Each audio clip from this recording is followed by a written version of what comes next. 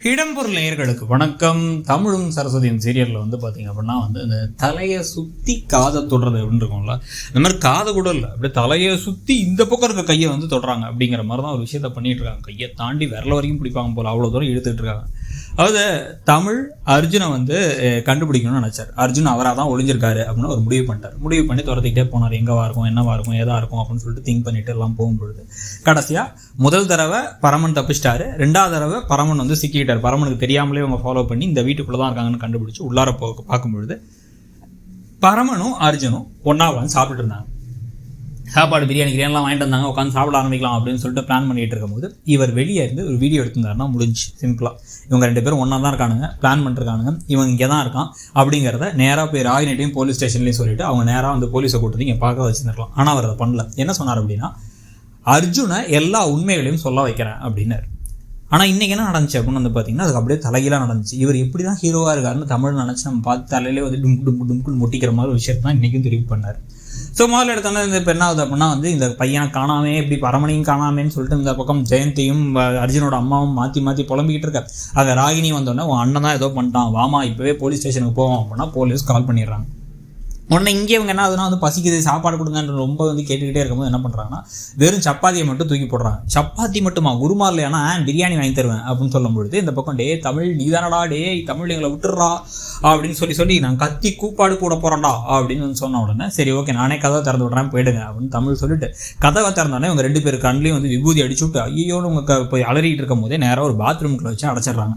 பாத்ரூம்ல இருந்து கத்துனா வெளில கேட்காது அப்படின்னு சொல்லிட்டு அடைச்சி விட்டுட்டு அதுக்கப்புறமா என்ன பண்ணுறாங்கன்னா இவங்க ரெண்டு பேரும் போலீஸ் ஸ்டேஷன் வந்து கால் வந்துருச்சு, நேராக ஸ்டேஷனுக்கு போவோம். அங்கே போனால் அங்கே வந்து போலீஸ் என்ன கேட்குறாருன்னா வந்து உங்கள் மேலே கம்ப்ளைண்ட் வந்திருக்கு, ஜெயந்தியும் வந்து சொல்லிட்டாங்க பரமனை வந்து காணான்ட்டு, நீங்கள் தான் ஏதாச்சும் பண்ணீங்களா, உண்மையை சொல்லுங்கள் அப்படின்னா நான் எதுவும் பண்ணல, எனக்கு கேட்ட டைம் இன்னைக்கு ஈவினிங்குள்ளே தானே இருக்குது, ஈவினிங்குள்ளே நான் அவரை ஒப்படைச்சிடறேங்கிறாங்க.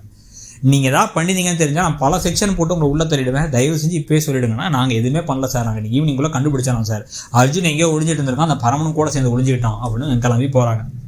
அங்கே பார்த்தா வந்து பாத்ரூம்குள்ள ரொம்ப நேரம் இருந்துட்டு இதில் வேறு இவர் ஏதோ சுச்சு போனோம்லாம் சுச்சு போயிட்டு இருக்காரு இவர் பரமன். அந்த கொடுமையோடு வந்து இப்போ அர்ஜுன் முடிச்சுட்டு இருக்கும்பொழுது கரெக்டாக வந்து அங்கே தமிழ் அந்த சவுண்டு கேட்டோடனே கண்ணாடியை எடுத்து அந்த பாத்ரூமில் இருக்க கண்ணாடியை எடுத்து அதை வச்சு நான் வந்து என் கையை கழுத்தை கழிச்சுப்பேன், நான் செத்துருவேன் நான் அப்படின்னு மிரட்ட. நீ தானடா வந்து ஒழிஞ்சிக்கிட்டேன் அப்படின்னா ஆமாம் நான் தான் ஒழிஞ்சிக்கிட்டேன். ஏன் ஒழிஞ்சிக்கிட்டேன், என் ராகினி கொஞ்சம் மனசு மாதிரி உங்களுக்கு சொத்தை எழுதி கொடுத்துருவான்னு தோணுச்சு, இது இல்லாமல் வந்து நீங்கள் எல்லாரும் வந்து இந்த கேஸும் வேறு உங்கள் பக்கம் சாதகமாக நடக்க மாதிரி இருந்துச்சு, அதனால தான் இதெல்லாம் பண்ணேன் நான், அதுக்கு என்ன பண்ண முடியும் அப்படின்னு சொல்லிட்டு இருக்கும்போது இப்போ இதை வந்து வீடியோ எடுக்கிறாரு தமிழ். இதை வந்து அப்போவே தமிழ் வீடியோ எடுத்துருக்கலாம், பரமனை இவங்க ஒன்றா இருக்கும் போது வீடியோ எடுத்தாங்க, அதை பண்ணல அவர். இப்போ உட்காந்து இந்த வீடியோ எடுத்துட்டார். இவங்க நேராக வந்து சரி ஓகே கழுத கழிச்சுக்க போகிறான்னு கதவை திறந்து விட்டோம்னா வந்து குடுன்னு ஓடிடுறாரு. ஓடி போய் அவங்க வந்து ஒரு ஆட்டோ ஏறி போய் அவங்க வந்து நேராக ஸ்டேஷனுக்கு போக ஸ்டேஷனில் ராகினி எல்லாம் கட்டி பிடிச்சி யார் என்ன பண்ணா அப்படி இந்த மாதிரி தமிழ் தானுன்னு சொல்லும் போதே தமிழ் அங்கே வந்துடுறாரு.